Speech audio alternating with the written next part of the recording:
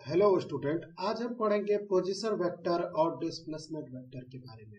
सबसे पहले हम लोग पढ़ेंगे पोजीशन वेक्टर के बारे में। पोजीशन वेक्टर क्या होता है? तो जैसा कि नाम से ही स्पष्ट है कि किसी पोजीशन के बारे में कुछ कहता है ना। तो इसका जो डिफिनेशन होता है वो ये होता है कि it is complete information about location, है ना। लोकेशन के बारे में पूरी जानकारी ही क्या कहलाती है? Position vector. तो ये वेक्टर है। पोजीशन वेक्टर मतलब कि ये कोई वेक्टर क्वांटिटी है। सबसे पहले तो मैं इसका जो डेरिवेशन निकालूंगा उससे पहले मैं इसका एक एग्जांपल आपको बता रहा हूं कि आप ये देखो, कोई एक पॉइंट ले लो एक्स वाई एक्सिस सिस्टम में, कोई एक पॉइंट। सपोज करिए इसका कोऑर्डिनेट क्या है? 2 और क्या है? 1 है। तो इसका मतलब क्या हुआ कि ये पी पॉइंट जो है जिसका कोऑर्डिनेट 2 और 1 है, इसका क्या मतलब हुआ कि ये पी पॉइंट जो है क्या है कि आप एक्स एक्सिस में अगर 2 यूनिट चलोगे, एक्स एक्सिस के अलोंग अगर 2 यूनिट चलोगे और वाई एक्सिस के पैरेलल, सॉरी वाई एक्सिस के पैरेलल क्या करोगे? 1 यूनिट चलोगे तो आपको क्या आएगा? पॉइंट पी आएगा। मैं फिर से बोल रहा हूं, अगर एक्स एक्सिस के पैरेलल 2 यूनिट चलोगे और वाई एक्सिस के पैरेलल 1 यूनिट चलोगे तो पॉइंट पी आ जाएगा। कहां से? तो ओरिजिन से। ओरिजिन मतलब कि ये आपका ओरिजिन क्या है? तो ये आपका रेफरेंस। ओरिजिन से चलना होगा 2 यूनिट एक्स एक्सिस के पैरेलल और 1 यूनिट वाई एक्सिस के पैरेलल, है ना। तो ये क्या है? आपका कोऑर्डिनेट सिस्टम में पॉइंट पी बता रहा है, इसमें कहीं कोई वेक्टर का बात नहीं की है ना। तो यहाँ 2 पॉइंट आ रहा है, एक तो आ रहा है ओरिजिन जिसको हम लोग रेफरेंस पॉइंट कहते हैं, है ना। और दूसरा क्या है? जिस पॉइंट के बारे में है ना। तो आपको जो है रेफरेंस पॉइंट भी उतना ही इंपॉर्टेंट है पोजीशन वेक्टर में जितना कि मेन पॉइंट जिसका हम लोग पोजीशन वेक्टर में, है ना। तो थोड़ा रेफरेंस पॉइंट को और समझ लेते हैं। सपोज करें कि हम इंडिया के 3 सिटी को सिलेक्ट कर रहे हैं। वो सिटी है आपका कोटा, जयपुर, कोटा, जयपुर और पटना। किसी पर्सन को जो है पटना से जयपुर जाना है तो उसके लिए कुछ और डिस्टेंस होगा, है ना। सपोज करें कि ये 1200 किलोमीटर और इधर को क्या है? तो वेस्ट है। बट अगर कोटा से जयपुर जाना होगा तो सपोज करें कि ये क्या है? 300 किलोमीटर,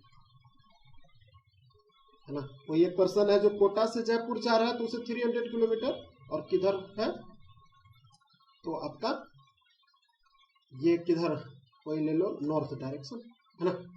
तो इससे क्या पता चल रहा है कि आपका जो है कि कोटा से जाने पे मैग्नीट्यूड भी अलग है और डायरेक्शन भी अलग है। वही पटना से जाने पे क्या है? मैग्नीट्यूड भी अलग है और डायरेक्शन भी अलग है। एक से 1200 किलोमीटर है, दूसरे से 300 किलोमीटर है। एक से जो है डायरेक्शन आपको वेस्ट में चलना पड़ा, दूसरे से नॉर्थ में डायरेक्शन चलना पड़ा। इसका मतलब है कि कोई भी पॉइंट का पोजीशन वेक्टर लोगे तो वो पॉइंट जितना इंपॉर्टेंट है उतना ही आपका रेफरेंस पॉइंट इंपॉर्टेंट है। रेफरेंस पॉइंट क्या हो गया? कोटा, पटना। यहां से आप जो है उस जयपुर के बारे में कंप्लीट इंफॉर्मेशन ले रहे हो कि यहां से 1200 किलोमीटर है और यहां से 300 किलोमीटर है ना। तो उम्मीद कर रहे हैं कि ये समझ में आ रहा है कि इसमें मैग्नीट्यूड के साथ साथ डायरेक्शन भी है। तो आपको क्या चाहिए पोजीशन वेक्टर निकालने के लिए? डायरेक्शन। तो डायरेक्शन मतलब कि वेक्टर फॉर्म में, है ना। तो अब इसको हम निकालते हैं। सपोज करें कि ये आपका जो है एक्सिस सिस्टम है और एक्सिस सिस्टम क्या है इसको जरा देखिए। ये आपका जो है एक्स एक्सिस है। अभी शुरुआत में हम 2 ही एक्सिस लेते हैं, एक्स और वाई एक्सिस, है ना। हमें जो है इस पार्टिकुलर पॉइंट पी है उसके बारे में उसका पोजीशन वेक्टर पी का निकालना है क्यू के रिस्पेक्ट, है ना। तो आप कहोगे कि दोनों का कोऑर्डिनेट मालूम होना चाहिए। पी का सपोज करें कि कोऑर्डिनेट क्या है? एक्स और वाई, और क्यू का एक्स नॉट, है ना। हम कहेंगे कि पी जो है कहां पे है क्यू के रिस्पेक्ट में, है ना। तो आप कहोगे कि ये डिस्टेंस अगर मालूम चल जाए तो ये हमारा काम होगा।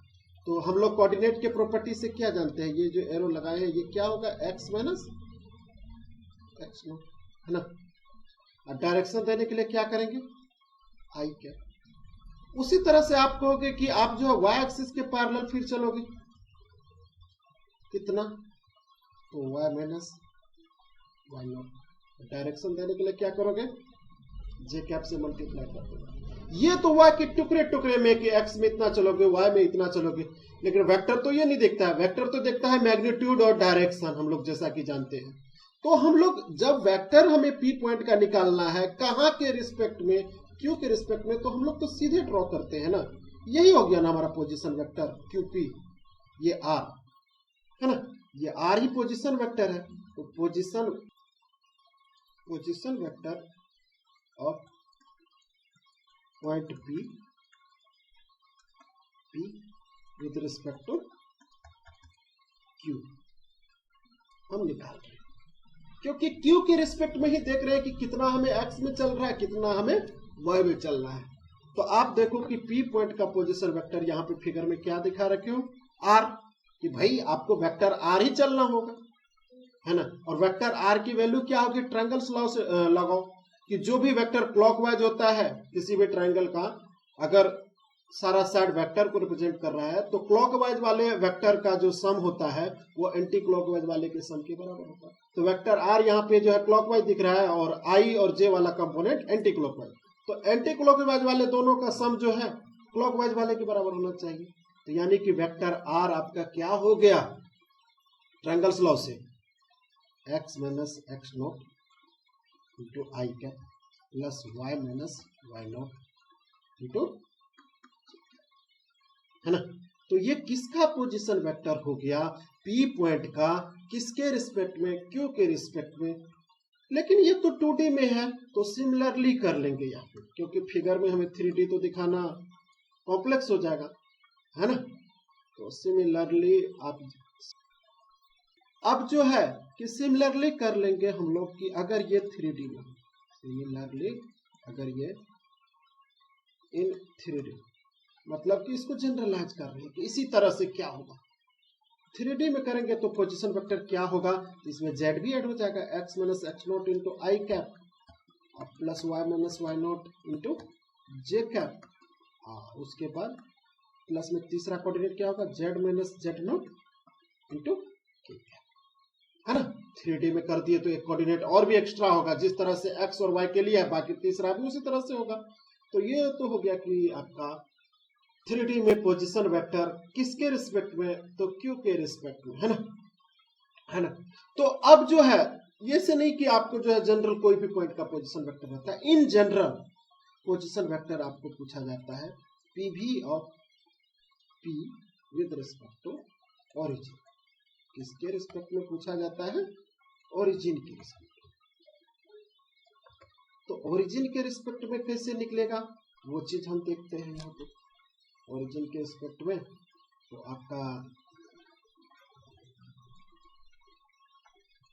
आपको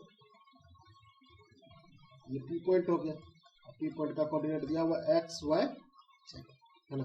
और ये ओरिजिन है, ओरिजिन का कोऑर्डिनेट क्या होता है 0 0, और ये होगा वेक्टर है। तो अब जो है PV क्या निकाल रहे हो, PV of P with respect to origin, origin के रिस्पेक्ट। तो आप सब जगह क्या करोगे, उसी फॉर्मूला में क्या करोगे, x नॉट के जगह पे 0, y नॉट के जगह पे 0 और z नॉट की जगह पे 0 पुट कर दो। तो आपका क्या हो जाएगा formula, x into i cap plus y z cap plus z cap.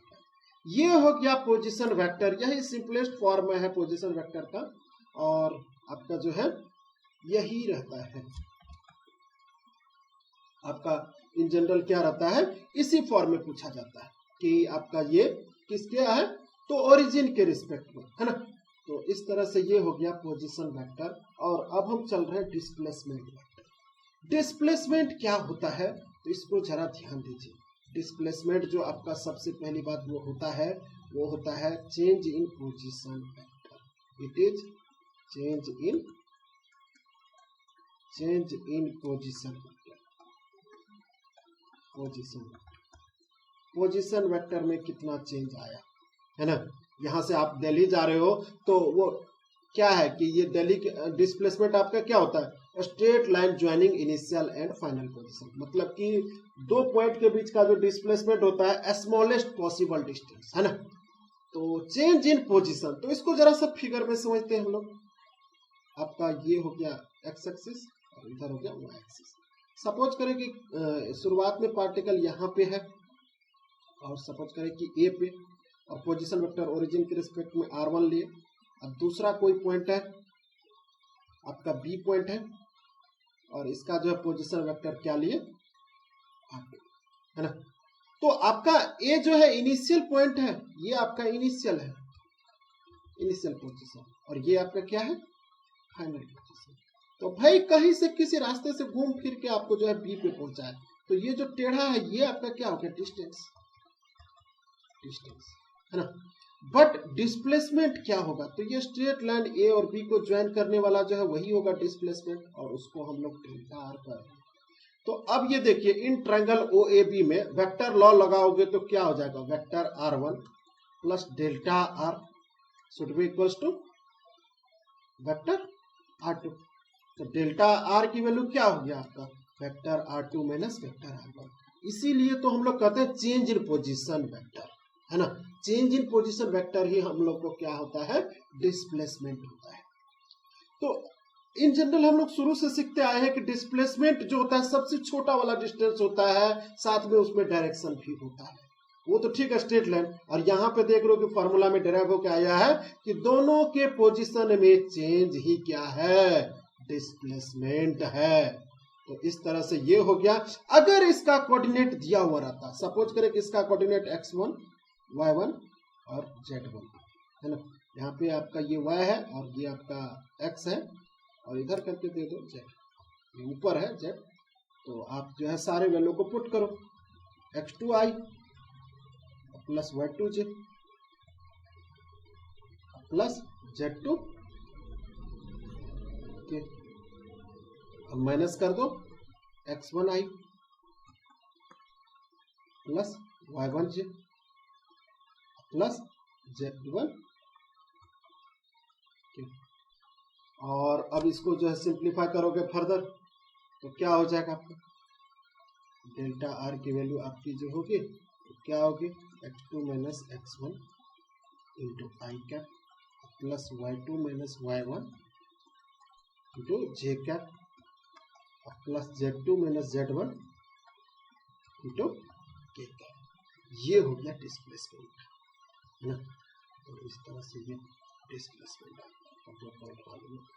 अब अगर इसका मैग्नीट्यूड बात करें तो मैग्नीट्यूड वाला फॉर्मूला लगा दो। तो मैग्नीट्यूड में x कंपोनेंट का स्क्वायर प्लस y कंपोनेंट का स्क्वायर प्लस z कंपोनेंट का स्क्वायर, तो ये एक अलग ही वेक्टर हो गया डेल्टा आर, है ना। तो इसको जो है लगा दो x2 माइनस x1 का होल स्क्वायर, ये x कंपोनेंट, और ये y component y2 minus y1 का whole square plus z2 minus z1 का होल स्क्वायर। तो ये हो गया आपके डिस्प्लेसमेंट का मैग्नीट्यूड। अगर आपको मेरा वीडियो समझ में आया है तो प्लीज़ इसे सब्सक्राइब कर दीजिएगा, और किस टॉपिक पे मुझे आगे वीडियो बनाना चाहिए इसको भी प्लीज़ कमेंट बॉक्स में सजेस्ट कीजिएगा। Thank you.